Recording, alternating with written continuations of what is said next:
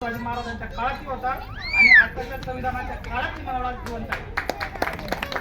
जेव्हा शिवाजी महाराजांनी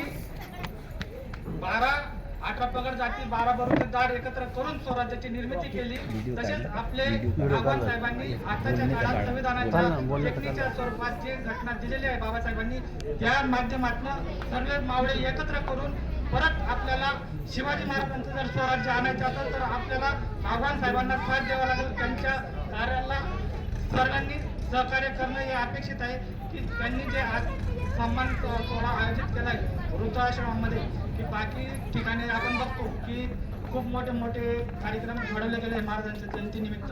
तो जो पैसा आहे तो समाजाच्या उपयोगी येत नाही, तो एखाद्या बँडवाल्याच्या उपयोगी पडतोय, एखाद्या जिथं स्टेज बांधला जातोय, मंडप बांधला जातोय तिथं उपयोगी पडतोय. पण आपला जो आज इथं बाबासाहेबांनी साहेबांनी जो कार्यक्रम आयोजित केलाय तो फक्त गरीब माता भगिनींसाठी हा उपयोगी पडणारा पैसा, आणि हा पैसा खऱ्या अर्थाने आज जर शिवाजी महाराजांची जी जयंती साजरी केली ती जयंतीला लागू पडतोय.